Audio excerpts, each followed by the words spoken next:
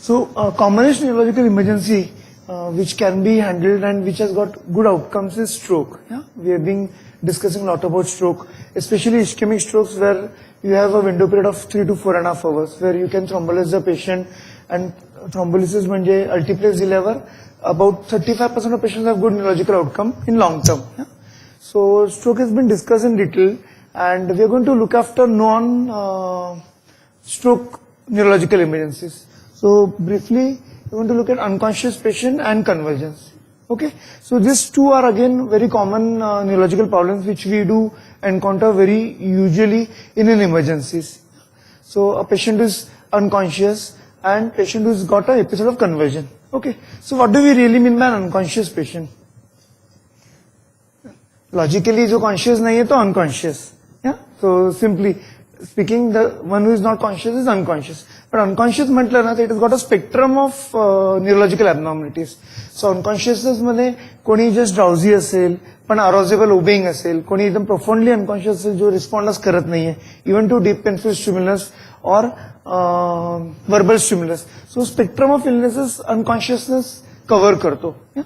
So basically what is consciousness? Consciousness चे दोन components असतात. One is awareness and arousal. Yeah?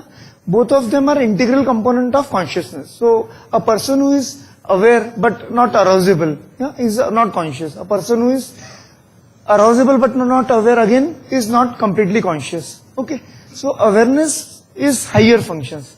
Awareness म्हणजे orientation, memory, yeah, interpretation of sensory stimulus. This all fit into awareness component, which is cortical component. It is controlled by cerebral cortex. Whereas arousal component is the brainstem component, yeah, where arousability is controlled by reticular activating system, which is there in the brainstem. Yeah. So both these components are important to have a person in a conscious state.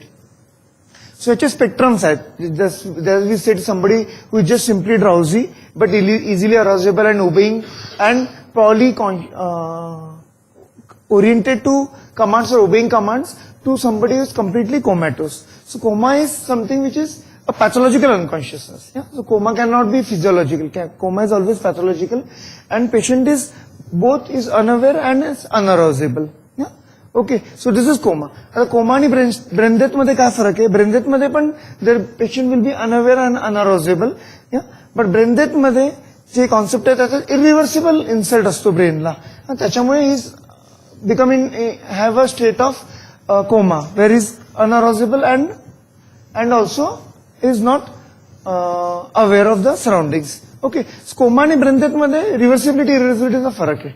So if we can confirm that there is a permanent insult to brain which is caused a state of coma, it is brain death. Yeah?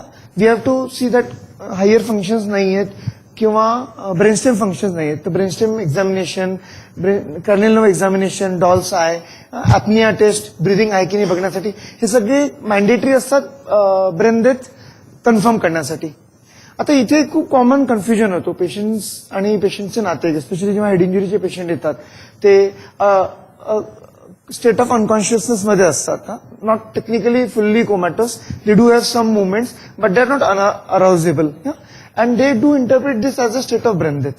And this is a very usual confusion among lay person. They feel that the patient is dead and still he's been on a ventilator and still is not, still we are continuing the treatment part. So, हे त्यांना properly commit करणं खूप गरजेचं असतं. Many times we have to ask them to check the pulse, yeah, to check the response, how they move, and to confirm that they are not completely brain death or comatose, but they may have some neurological recovery beyond a period of 40 to 72 hours, yeah, stabilization period. So, briefly, coma, brain death, consciousness, हे सगळे terms असतात. Vegetative persistent vegetative state हे सगळे it will be delayed sequelae. So somebody has got a neurological insult, particularly traumatic patients do or brainstem infarcts. Yeah, they do land up in this type of states which are called as vegetative states. So vegetative मध्ये काय असतं की they are unaware.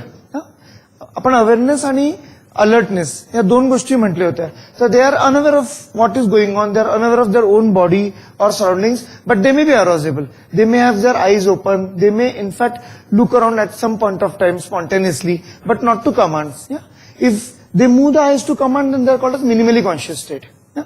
So vegetative state is somebody who is arousable, he seems to be opening eyes, he seems to have a sleep-wake cycle, but is not aware of anybody around. So he may respond to some sensory stimulus also. So if you give a painful stimulus, there may be some motor response related to sensory stimulus, but he is not aware of people around him, neither is aware of his own body. Yeah? So this is vegetative state. If this continues beyond a month, particularly head injury, it is a persistent vegetative state. And if it continues beyond 3 to 6 months, आता इथे थोड़ा difference है. Some guidelines says 3 months, 6 months. It's got a permanent vegetative state. Yeah? So this is what we mean by altered sensory. Now, minimally conscious state is somewhere where they may be arousable. They may have sleep-wake cycles, like they are wake up at certain point of time, they are sleeping at certain point of time. They are arousable. They may obey simple commands. They may show tongue, yeah, but they may not comprehend to your other. Repeatedly comprehend to your all orders. So, minimally conscious states are part also. So, what all can cause unconsciousness? It's a wide spectrum of illness. It's a Pandora's box. So, virtually any illness, any insult can cause unconscious state. Yeah? So, it can be primary neurological causes. We usually differentiate them into primary neurological or secondary non-neurological causes. Primary when the brain affection झालेलं आहे. Structural causes, trauma, intracranial hemorrhages, subarachnoid hemorrhages. Yeah. Then we have CVS, yeah, arterial infarct, venous infarcts, bleed, and other tumors, mass effect. Okay, hydrocephalus. All this will be in structural causes. Infective causes, we do commonly see acute onset altered sensorium. Yeah.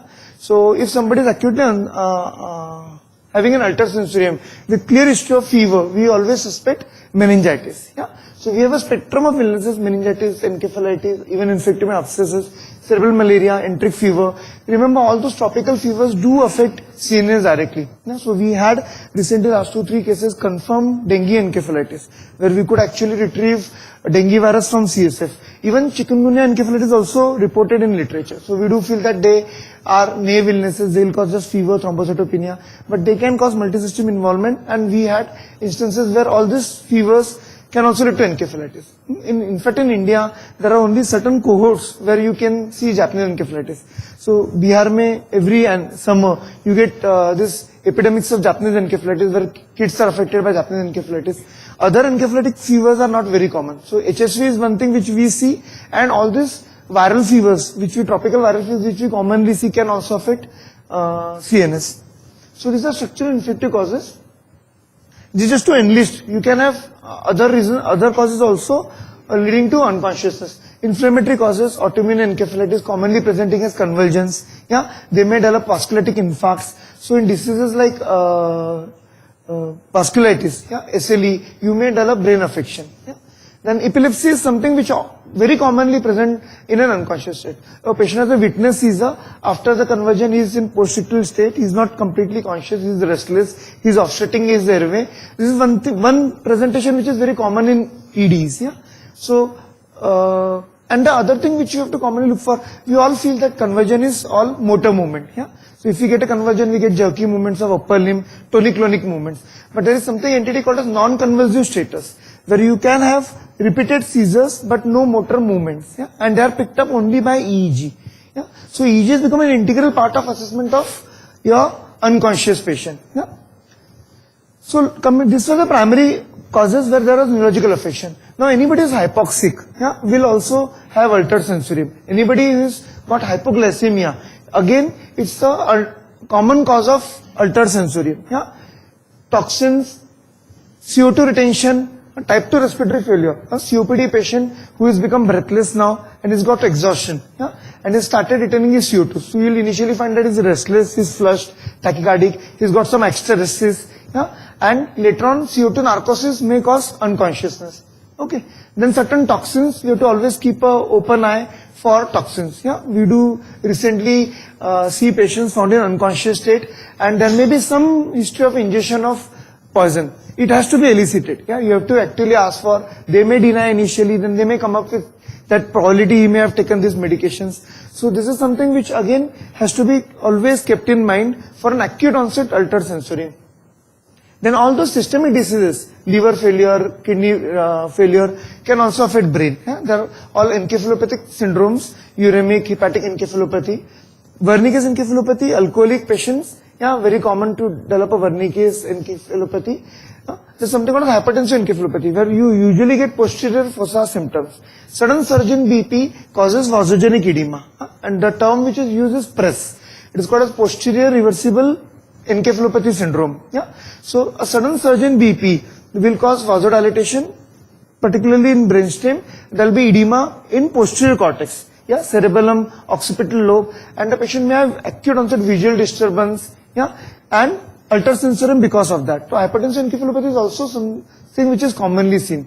So when we talk about accelerated hypertension, hypertensive urgency, emergency, we often look at the organ damages, end organ functions, yeah. So if somebody has got a very high blood pressure, we'll often look at fundus, to look at eye affection, we look at ECGs, yeah, we look at renal affection, yeah, okay. So this is something, even brain affection is possible in an acute hypertensive urgency, yeah. So these are systemic causes of acute altered sensorium.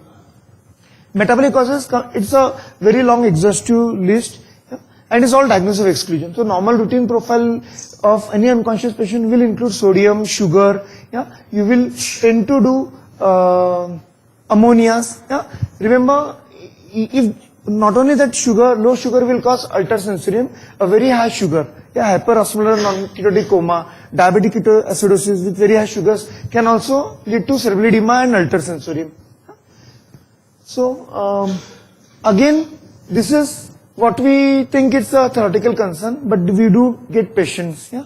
We do get patients who are often neglected, yeah. They are not very well taken care of. They are they have generalized anasarca, edema, yeah, then apathy, and they often land up with a state of hypotension and altered sensorium. Yeah. And we just check the TSH comes to be around 100, more than 100. Yeah. So even a mixed edema coma is not that rare, particularly in elderlies it is usually missed. Yeah. And people are not aware of health checks and getting thyroid in between. So these are metabolic causes. So any approach, if a patient comes to you in an unconscious state, the approach is simple. Even though the causes are multiple, if you look at the number of causes, the approach is very simple. Yeah. Every sick patient, your approach will be to look at airway breathing circulation. Is the airway patent? Is he snoring? Has he got tongue fall obstruction? Yeah. And what is his breathing pattern? If the breathing pattern is normal, yeah, it is obstructed breathing or some abnormal breathing pattern. So in a diabetic ketosis, you will find that the patient is tachypneic acidotic breathing, Kussmaul's breathing. Yeah. So then in brainstem affection, the breathing pattern may have, you may have a change strokes breathing. So intermittent spells of hyperventilation, intermittent slow breaths. So this observation and assistance is very important, yeah? And this is the priority. Remember, treating the cause comes always on a second stage. If somebody is hypoxic, he may suffer secondary injury because of hypoxia, because of lack of oxygen. So we have to supplement them on oxygen, yeah? If you feel that the saturation is low. So pulse oximeter, a glucometer is an integral part of initial assessment now. Yeah. So you have to have a pulse oximeter, look at the saturation, see that if there is any hypoxia or not. Sugar is also an integral part of assessment of unconscious patient. It should not happen that the patient is hypoglycemic and because the patient is unconscious, has been taken to CT and virtually the CT has come to be normal and then somebody checks the sugar, found out it is only hypoglycemia. Yeah. So it should not happen. Hypoglycemia is an integral part of initial assessment. So ABC, your initial ABCs will include your sugar assessment and a pulse oximeter assessment. Yeah. Once you are okay with this, remember, unconscious patients are likely to have tongue fall and obstruction, yeah, snoring, heavy breathing, especially post-ictal patients, they tend to breathe very fast. Yeah. They may have got a tongue bite, they may have got lot of secretions, frothing. It's always better to keep them in a recovery position. So recovery position is your lateral position. Normally when we sleep in a lateral pose, it's your recovery position. It prevents tongue fall. At the same time, it prevents aspiration. Yeah. So it's a very easy thing to do. The only thing, a precaution to take before you put the patient to a recovery position is you should exclude fall. Yeah. So if somebody has got a fall, then it is not a good idea to turn him to side because he may have suffered some occult injuries. Once you do this, you have to do a detailed examination for level of consciousness and presence of focal deficit. So we're going to look at the steps. Airway breathing circulation is something which is easily accessible and you have to correct it. So if you feel that in your clinic or someone, an unconscious patient is brought in emergency, usually they won't tend to get the patient. They may ask you to come and see the patient at home. This may happen usually. It's better to call a 108 and ask them to get all the aid, because a patient is unconscious or especially who is seizing continuously may obstructive airway, may have hypoxia. Yeah? So better to manage hypoxia at the outset to prevent secondary injury. Disability is something which we do assess. Yeah, we call it as a neurological assessment, a brief neurological assessment. We are going to look into details of how to assess neurologically. So we were coming to the approach to unconscious patient. Yeah, so just to get the flow back. So if somebody is unconscious, that is not having consciousness, alertness or awareness of surrounding, he needs to be stabilized, airway, breathing, circulation. Then we talk about disability neurological assessment, exposure. Yeah. Now, as I said, it is a Pandora's box. We had a patient who was brought from periphery in an unresponsive state. Yeah. Near respiratory arrest, occasional breathing attempts, the patient was intubated, resuscitated. We could not actually delete anything what was the cause of that patient. To an extent that 24-48 hours down the lane, there was no neurological response. Yeah. And we all thought that probably she may have suffered hypoxia. We did imaging, apparently imaging was also normal. Only to later on see that 4th day she woke up. And then she gave a history of sleeping outside and probably something bitten on her leg. The mark was not obvious. So exposure is something which is very important because it tells you, you have to often look for that occult simple things, signs, or keep that in mind that patient may have got some occult neuropathic snake bite. So this is something which is only on the basis of suspicion or history, these things are possible. So when we talk about focused history, remember it is onset, the speed of onset is very important. Yeah, somebody has got an acute onset, like in presence of somebody, the patient felt unconscious. Yeah, it is more likely to be primary neurological event. So it is probably a brainstem stroke or a hemorrhage or something which is spontaneous bleed, which has made the patient unconscious acutely. But when there is a subacute developing over a period of time, like more than a day or 2 days or 3 days, it is more likely to be something which is non-neurological. It may be infection, it may be metabolic causes. So you have to, circumstance is very important. Yeah. So have you heard of gas geyser encephalopathy?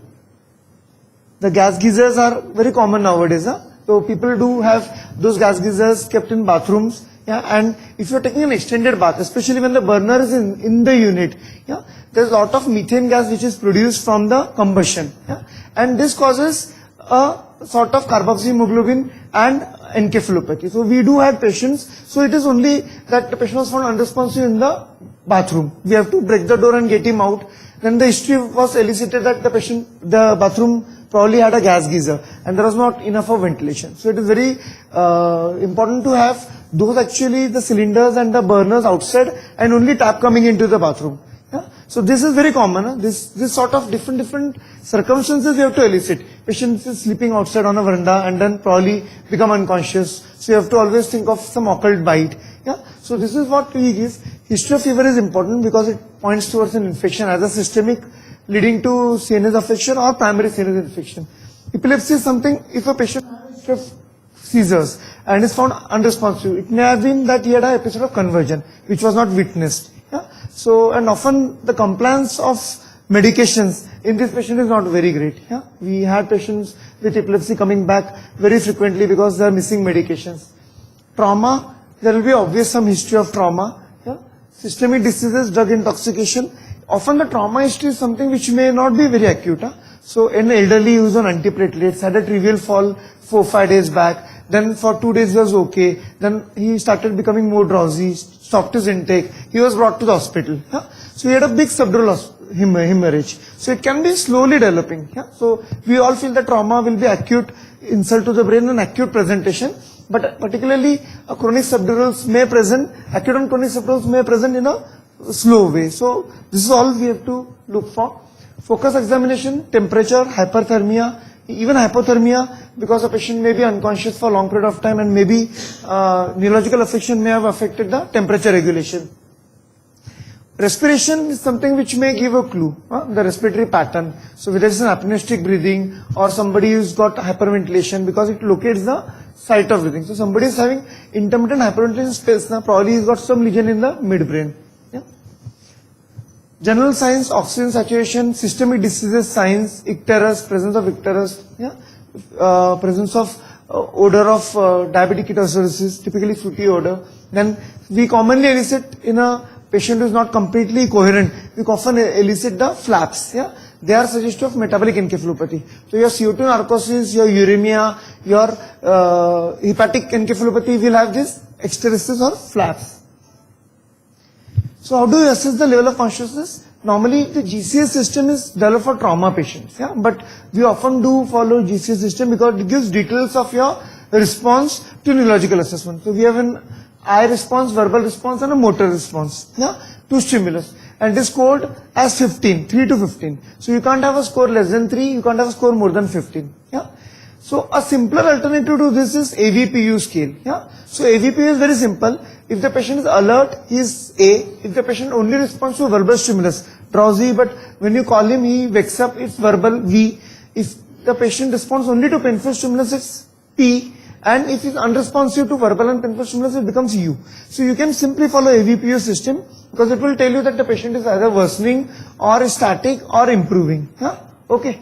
So GCS has got these 3 components, EVM, this is what we usually try to remember, EVM and 4, 5, 6. Yeah? So I has 4 score, total score of 4, verbal has total score of 5 and a motor has total score of 6. This will just give you an idea as to what is the level of alertness. Yeah? Okay. Then once you know that, the next step will be to look at the focal deficits. So what do you really mean by focal deficits? They are asymmetrical deficits. Yeah? So if somebody is unconscious, not moving anything, he is got a generalized encephalopathy or generalized loss of awareness or alertness. But somebody has got a focal deficit, right from pupillar inequality, facial weakness, limb weakness. Yeah? Okay. He has probably got a structural cause in the brain. Yeah? So somebody with a focal neurological deficit now is likely to have a structural cause in the brain. Yeah, and you have to probably evaluate accordingly. You may have to do imaging for this patient as a priority thing. Okay. Now these are abnormal posturings. Yeah. So the one on the top is called as decorticate posturing, where there is a flexion of upper limbs, yeah, and extension of lower limbs. Yeah. Okay. This suggests that the lesion is probably at the level of midbrain. Yeah. And the one is the lower one is the decorticate posturing. It is opposite to that. So there is a extension of the upper limbs and outward movements of the upper limbs. Yeah. Again, these 2 abnormal posturings are extreme affection of brainstem. So if you have a patient with this posturing, it means that there is a raised intracranial pressure which is already affecting the brainstem, and it's a medical emergency. So if there is a supratemporal lesion, so we have got a cerebellum which is in the supratemporal compartment and a cerebellum and a brainstem which is in the infratemporal compartment. So if somebody has got a big lesion in the supratemporal compartment and herniation, yeah, so if the lesion is here, we will have pupillary dilatation on the same side and weakness on the opposite side. This is classical presentation of a supratemporal lesion. So these are signs which will tell you that there is some structural cause in the brain. Now why this is important to look at this focal signs? Yeah, there are 3 things we look for. Yeah. We look at the level of consciousness by AVPU or GCS, we look at the presence or absence of focal neurological deficit, and we look at the signs of meningism. So signs of meningism are typically the neck stiffness. Yeah. So you hold the neck, you try to flex it, the patient will have pain. Yeah. If the patient is unconscious, you will have some flexion movements of the lower limb, which is your Brudzinski's sign. Yeah. Or if the patient is lying flat and if you move the limb, yeah, the patient may have pain. Okay. Because the dura is stretched and because of inflammation there is a spasm of paraspinal muscles. Yeah. So the meninges are inflamed because of infection, yeah, or because of blood, and it causes spasm of the paraspinal muscles, and which cause classically this neck stiffness signs. So if somebody is unconscious with focal, you do expect structural cause. So you may have developed an infarct or bleed or a tumor or abscess or something which is causing a space occupying lesion type of thing. Yeah. If somebody is unconscious, he's not got any significant focal signs, but he's got signs of neck stiffness, meningism, then it's likely to be infection. Yeah. Remember the caveat here is some chronic infections may have focal signs, yeah, particularly tubercular meningitis. If you see tubercular meningitis, the exudates on the base, yeah, will cause entrapment of nerves, and the patient may develop lower cranial nerve palsies. Yeah. Okay. So it is not that CNS infection won't have focal signs, particularly chronic infections, tuberculosis may cause focal signs. Yeah. They may have got a 6th nerve palsy. So this patient may develop squint. Yeah. 6th nerve palsy is common. They may have got nystagmus also. So this is because at the base all the exudates are accumulating. Yeah. And from the base only your cranial nerves and vessels exist. So these patients, tubercular meningitis particularly, they are very prone for developing musculolytic infarcts also. Yeah? So vessel inflammation will lead to spasm of vessels, and there can be actual infarcts, patchy infarcts, which may be seen in tuberculosis. So tuberculosis will be exemption, but usually tuberculosis history is very gradual. Yeah? It won't be a very sudden onset. It may have been an history of probably a week or so. So if you have an unconscious who is without any focal signs or without any neck stiffness, then you have to look for all secondary causes. Yeah? So secondary causes will be hypoxia leading to generalized brain affection, metabolic causes which we saw, hyponatremia, hypoglycemia, severe hyperglycemias. Okay. Then toxins is something which you have to always ask for. Any patient unconscious, no specific explanation for this, ask for whether he had some history of ingestion. Yeah? Systemic infections can also affect brain. Yeah? So something called a septic encephalopathy, which is common. And usually transient post-ictal state is something which is very usually seen in ERs. Huh? So patient got unconscious, he has been unresponsive, he is little restless. Yeah, and you feel that he's got some issues. You may not have generalized infection. Patient may wake up over a period of time. Yeah, maybe over 2, 3, 4 hours, the patient will wake up. So they are typically post-ictal patients, and they do have reversible things. So once you stabilize the airway breathing circulation, you looked at the sugars. Sugars are okay. You look at the generalized examination. Yeah, you look at focal neurological deficits. If the focal neurological deficit is there, then straightforward you have to go for an imaging. Yeah? So imaging will be required. Imaging will show you what the particular lesion is, and it will require a particular treatment for that. Yeah? So if it's a mass effect edema, you may require a decompressive craniectomy, a bleed has to be tackled, infection has to be tackled accordingly, abscess. Yeah? But remember, focal neurological deficit, if it is present, you should never do a lumbar puncture, because a focal neurological deficit suggests you that there is some structural cause. Okay. If there is no focal neurological deficit, look for meningitis signs. Yeah? Neck stiffness. If the neck stiffness is there, you will have to do a lumbar puncture. Okay. Lumbar puncture, do CSF studies. Now there are entire battery of tests which can be done on CSF. Previously we used to do only protein, sugars, chlorides, and cell count. But now we have got a battery of antigen tests which can be done on a CSF examination. Yeah. If you find that there is no infection, evidence of infection, then always look for all those other causes. Yeah. Your initial admission profile will have sodium because of predominant use of diuretics. Yeah. In the management of hypertension, we do get patients with hyponatremias. But again, this will be very slow to start off. Look for CNS organ dysfunctions. Remember, EEG has become an integral part of your assessment of unconscious patient. Yeah?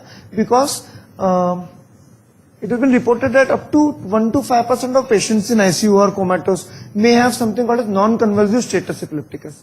Yeah? So status is repeated seizures. Non-convulsive is there won't be any motor movement or limb movement, but still the electrical activity in the brain will continue causing brain to be non-functional.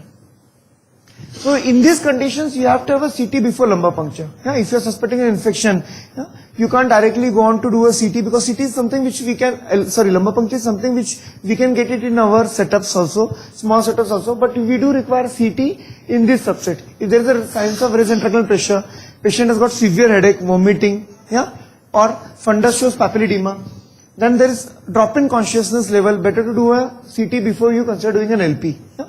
In addition to this, you have to check for platelets, platelet count and the coags before you do an LP, because it may cause extradural hematoma causing paraplegia. Yeah? Then if the patient is immunosuppressed, remember we do think that the patient may have got structural causes, tuberculomas, cryptococcal meningitis, all those conditions where the patient got immunosuppression, there is possibility of structural causes. So better to do a CT before an LP. If the patient had got a convulsion, again better to do a CT before you do an LP, because seizures can also be a presentation of infection. Yeah? And SAH is suspected because your LP won't yield anything. Yeah? So sudden severe worst headache of the life. The classical presentation of subarachnoid hemorrhage. Patient will feel suddenly thunderclap headache, most worst headache of the life, and he presents to you with this. Yeah? Headache is something which can be missed for, but patient typically coming to OPD for a sudden onset headache, you should always keep this in mind, that it may be a aneurysmal subarachnoid hemorrhage.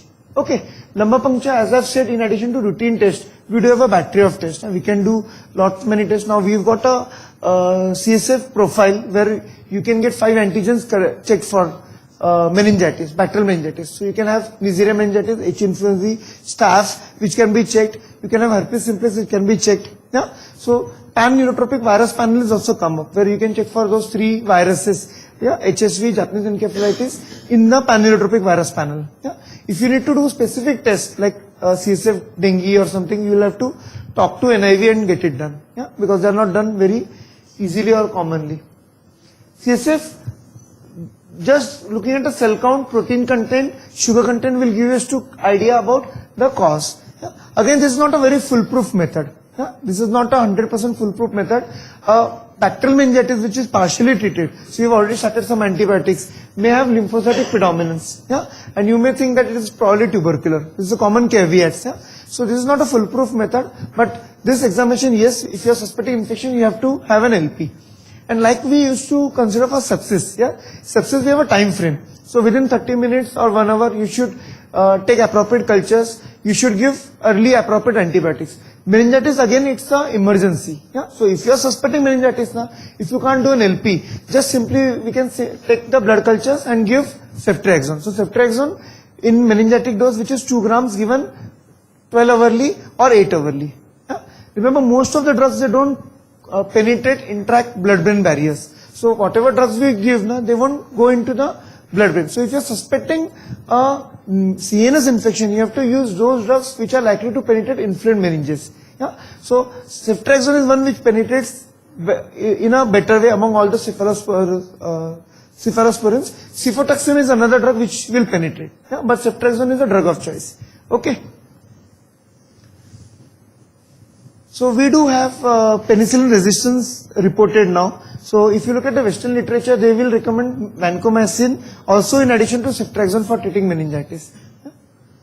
So treatment, we have to try to find out the cause and treat the cause. We don't usually use coma cocktail, which includes giving oxygen, yeah, giving naloxone for benzodiazepines, yeah, and giving sugar and thiamine for suspected hypoglycemia. So if we can't, so what happens is in peripheries, if you can't have any lab test can be done, and if you feel that there is some toxicology involved, so you can simply use this. Even naloxone is not freely available in India. So what we can do is we can just simply empirically give dextrose. Yeah? A transient high sugar is not going to cause any problem. So if you don't have a glucometer and the patient is diabetic who is on OHA and has got some hypoglycemic symptoms like sweating, without checking sugar, it is justified that you can give dextrose. Yeah.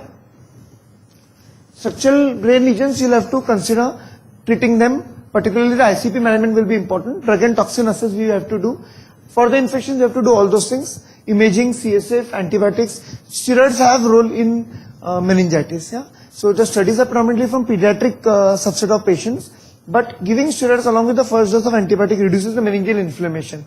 Yeah? And the chances of having delayed sequelae related to meningitis, the lower canal nerve affection, will be less. So steroids with the first dose of antibiotic. Then we have to do organ profiles. We usually do sodium. We usually do ammonia also. We usually look at LFTs and RFTs as a part of metabolic profile. Yeah? Seizures, as I have said, EG is the part of assessment of an unconscious patient. So if he's got a non-convulsive status, he will respond to anti-epileptics. Yeah? And there are certain non-infectious causes of neurological affection. Yeah? And again, this one, the names are looking exotic, but they are not very rare. Huh? So neuronal malignant syndrome is common. It is seen with drugs like metoclopramide, yeah, Perinom. You may have seen patient developing extrapyramidal symptoms, yeah, and a fever with rigidity, lead pipe rigidity, and altered sensorium. So it is common. Serotonergic syndrome is also common because we are using a lot of SSRIs. Yeah? So all those antipsychotics, even the newer antipsychotics, quetiapine, all these drugs can also cause serotonergic syndrome where the patient may have altered sensorium, yeah, may have got high-grade fever, and you may consider possibility of infection or some other reasons. But these are drug-induced syndromes. Yeah? So this was just an approach to unconscious patients. Unconscious, airway breathing circulation, sugar.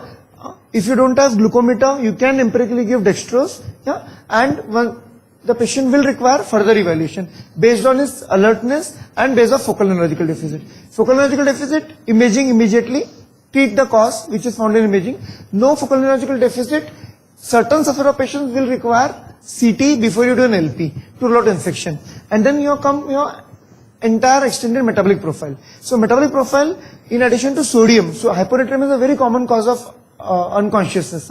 We do routinely see patients, at least 2 to 3 patients in a month who are unresponsive, who had a convulsion, and we found the sodium to be 90, 100, 104, yeah, and hyponatremia is a very common cause, yeah. Then uremia, patient with creatinine of urea of 300 to 50, yeah, and a creatinine of 7, who was a stable CKD, was not willing for dialysis, he now presents with convulsion, yeah, and unresponsiveness. Hepatic encephalopathy, we all know, it's very common, yeah. Hepatic encephalopathy grade 2, grade 3, grade 4 will lead to ultrasensorium. Yeah? So this is all common in a particular subset of patients, yeah. Particularly there will be certain clues. A very apathetic patient, yeah, bradycardia, relative bradycardia, anasarca you may have to consider thyroid profile for this sort of patients. Yeah. This was about unconscious patient. Briefly going through convulsion, because it's again a very common emergency which we do see in our emergencies. So there can be just a unprovoked first seizure. Yeah, we don't know the cause. Patient was absolutely okay, and he had a single episode of convulsion. He regains consciousness. By the time he comes to you, he comes walking to you, and the history is that he had got a seizure. So first unprovoked seizure, or the seizure which is continuing, which is status. So what is seizure? Basically, sudden electrical activity of cortical neurons. Yeah. So if there is an abnormal focus, it will generate abnormal cortical electrical activity, and this will spread along the adjacent neurons, causing generalized affection and temporary brain dysfunction. So it is basically exhaustion. Yeah. So continuous impulses. Initially they will lead to generalized tonic-clonic movements. There can be exhaustion and brain dysfunction. And if it continues beyond 30 minutes, remember, any convulsion which continues beyond 30 minutes is likely to cause permanent neurological damage. Yeah. That's why convulsions, if you are continuing, they are a medical emergency. Status epilepticus is a medical emergency. Yeah. You can't say that he's okay, he's convulsing, his airway is okay, so I can just observe him for some time and he should be okay. Yeah. So there are clear time frames of what we have to do when, if the seizures do continue. Okay. So first unprovoked seizure, less than 5 minutes, single episode, comes to OPD, you don't need to immediately ask him to get hospitalized. Yeah. But remember, these patients may have risk of recurrence in first 2 years, and recurrence may be up to 20 to 40%. Okay, so in the assessment of these patients, you will have to do an EEG and imaging.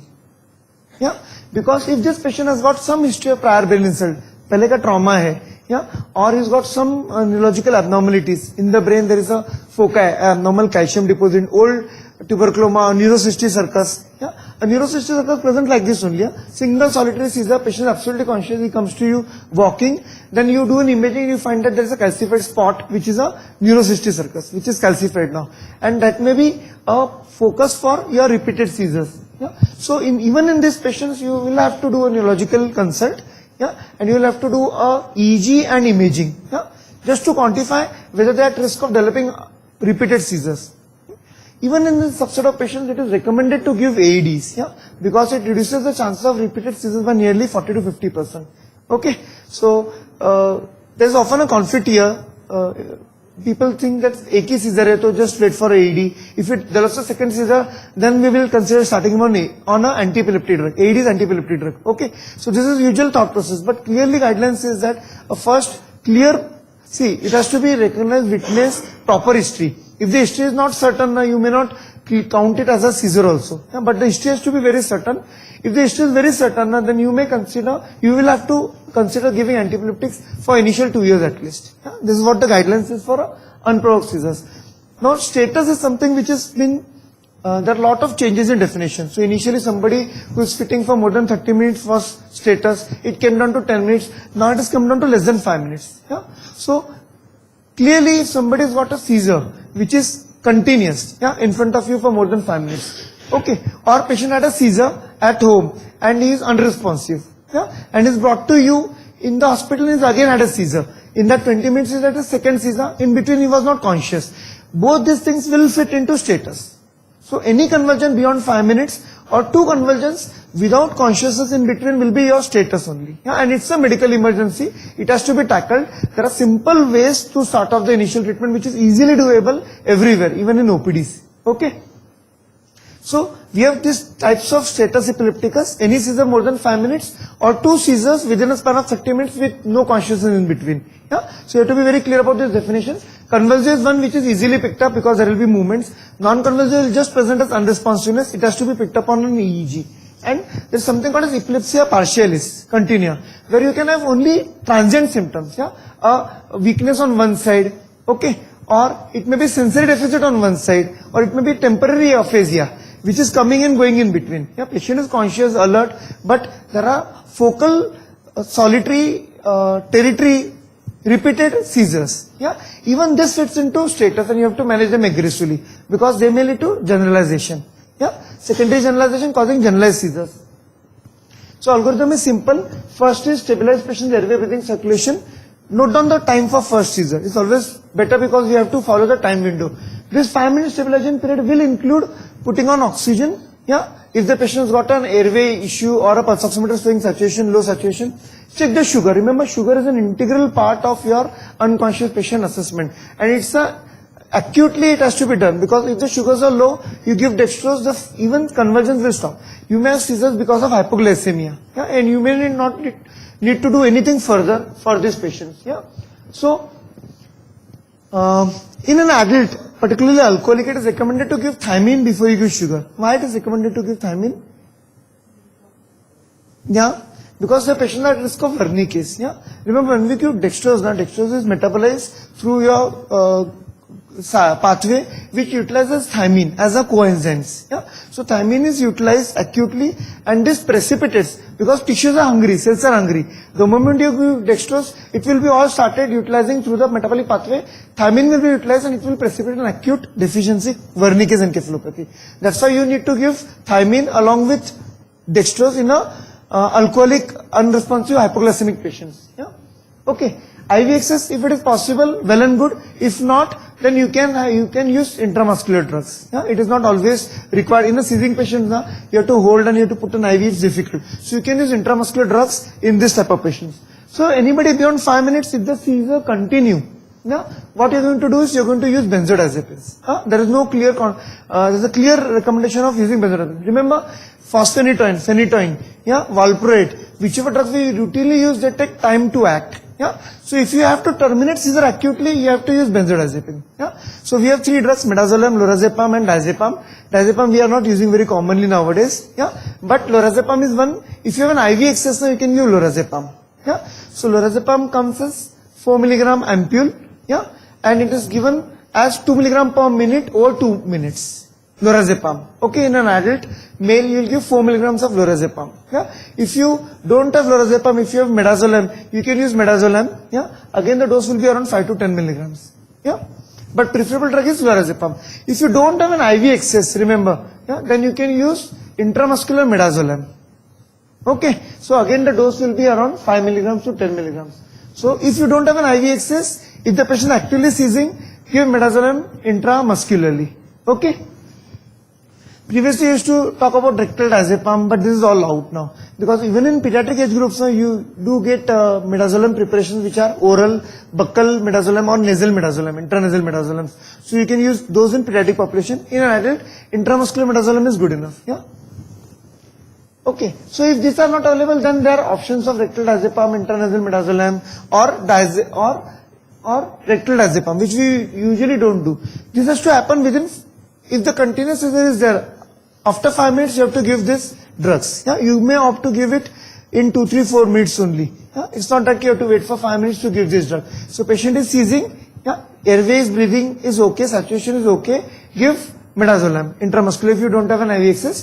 If you have an IV access, give lorazepam intravenously. Yeah. If the seizure aborts now spontaneously, you don't have to worry. But remember, even if the seizure aborts, you have to monitor the patient. If he develops another seizure, yeah, and is not conscious in between, he will be status. Okay. So anything which is not responding to benzodiazepine, the seizures are still continuing after you give midazolam or lorazepam, is your status epilepticus. Okay. So anything continuing beyond 5 to 20 minutes is status epilepticus. Okay. It has to respond to benzodiazepine. Benzodiazepine act immediately. Okay, so the moment you give lorazepam, midazolam, you expect the seizure to stop. If they are not stopping, then it means that the patient has got a status epilepticus. So next line of treatment will be a phenytoin, fosphenytoin, valproic acid or Levera. Levera is one which is a new addition, which is the common anti-epileptic drug which is used. Yeah. So when we talk about phenytoin, nowadays phenytoin we are not using commonly for loading. Why? Previously we used to use phenytoin IV for everybody who is convulsing. After you give midazolam or lorazepam, phenytoin has got its own arrhythmogenic potential. Yeah? So if somebody pushes phenytoin fast, it will lead to arrhythmias, hypotension. Yeah? And the rate of actually phenytoin injection should not be more than 50 milligrams per minute. Yeah? So if somebody is approximately 50 kgs, dose is 15 milligram per kg, so you will require 750 milligrams of phenytoin. Okay, and if you give it at a rate of 50 milligram per minute, yeah, that is the maximum rate. You should not give it faster than that. So it has to be given at least over 15 minutes. Yeah. So in an acutely seizing patient, you won't like to give a drug very slowly over 15 minutes. Yeah. Then its level will reach the peak, then it will start acting. Yeah. So phenytoin for this reason is gone into disrepute because of its mechanism by which it has to be given. It has to be given very slowly. Yeah. So the alternative is fosphenytoin, which is a prodrug. It can be given faster at 150 milligrams per minute, so you can give drug over 5 minutes. Yeah, it is converted in the liver to phenytoin gradually, and the level will go up. Okay, yeah. So this is about the phenytoin.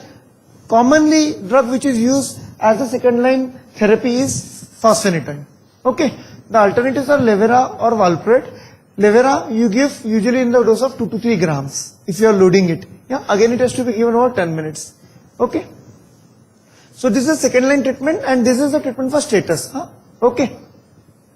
Now if it does not respond to this in 30 minutes time, then you have to consider this patient as refractory status. And this patient will require anesthetic drugs. So this patient will require to be intubated, they will need to be in ICU on a ventilator, and you will give anesthetic drugs like midazolam, propofol, thiopentone, yeah, in order to make the brain quiet, yeah, in order to stop the electrical activity. And then you are using all those drugs. Now remember, you can't monitor. Once you have sedated the patient, when you have given an anesthetic drug to the patient, you can't monitor for convulsions. So you have to do an EEG to look at whether the drugs are really stopping the electrical activities. So continuous EEG is required. You have a bedside EEG in our unit. So we do commonly in a patient who has got a status epilepticus do EEG monitoring, bedside continuous EEG monitoring. Okay. So this was about the status management. Yeah, simple sugar. For us, if the seizures continue, keep an eye on definition of status. Anything more than 5 minutes is status. Okay. So first line therapy will be benzodiazepines, lorazepam or midazolam. Second line will be fosphenytoin or Levera. Okay, IV, and the third line will be anesthetic drugs. Third line will definitely require hospitalization in ICU. Yeah. Now refractory status, why we are so worried? Because if they are not responding to first or second line treatment, and if they are lasting more than 1 to 2 hours, there is a very high mortality. Yeah? Remember, the mortality is up to 76%. Yeah. So this is something which is a real medical emergency, and we have to escalate treatment to make the electrical activity, to control the electrical activity. Yeah? And the incidence of refractory status not responding to first and second line treatment is up to the tune of 9 to 40%. Okay, so seizures may not be naive. Yeah, most of the times there are patients who are epilepsy, who are not taking medication, they had a seizure, they are very simple to manage. Yeah, they do respond to a dose of anti-epileptic. And as I've said, these are anesthetic drugs which we use for managing the refractory status in the ICU. Yeah. So midazolam, propofol, they are at a very higher dosages, and they are given as infusions, and they are done with a EEG monitoring. Now all these drugs are vasodilators. They are going to cause hypotension, hemodynamic compromise, and they may, especially propofol, if given for a longer period of time, may cause its own problem. It may cause rhabdomyolysis, renal injury, something called as propofol infusion syndrome. Okay, so this is something, and you'll be surprised that once in a month or two we do manage status in this way, refractory status requiring anesthetic medications. So in ICU you will find that it is not uncommon to have these patients getting refractory status and requiring all those interventions. Now, there is a term called a super refractory status. If the status continues beyond 24 hours, then it's a super refractory status. A very poor neurological outcome. Here we do EEG monitoring, yeah, and if the EEG shows continuous electrical activity despite of anesthetic medications, then it's very difficult to manage. Yeah, there are new experimental therapies available for this, There are many recommendations of using ketogenic diet, of using drugs like ketamine, using anesthetic drugs like halothane, in an attempt to quieten the brain. But this is something which is potentially difficult condition to manage. Patient may be on 7-8 anti-epileptics but still not responding to the condition. And often the outcome will also depend upon the cause. So if it's an autoimmune, this is usually related to autoimmune encephalitis. If it's an autoimmune and if you give a pulse steroid, it may respond to pulse steroid. If it's an autoimmune, the recommended therapies are giving immunoglobulins. It may respond to that. But you have to establish the autoimmune profile. You have to do an NMDA receptor antagonist on CSF. So these are something which are very advanced things, but these are not seen very commonly. Okay. So this was just briefly looking at those two emergencies, neurological emergencies. Again, both of them are time dependent. In the first place, both things, patient should not have secondary problems, because of hypoxia, because of airway related issues. So better to keep them in recovery position and if possible supplement oxygen, and use ambulance services. Okay, so because what happens is now we have seen many patients who are coming from periphery. They're being brought in their own vehicles, or the referring doctor don't actually call a 108 or an ambulance. And by the time they reach here, even if we do everything now, we find second or third day scan showing a diffuse brain damage, a hypoxic sort of brain damage, which is not a good thing because they are potentially treatable illnesses. So you should not have secondary problems.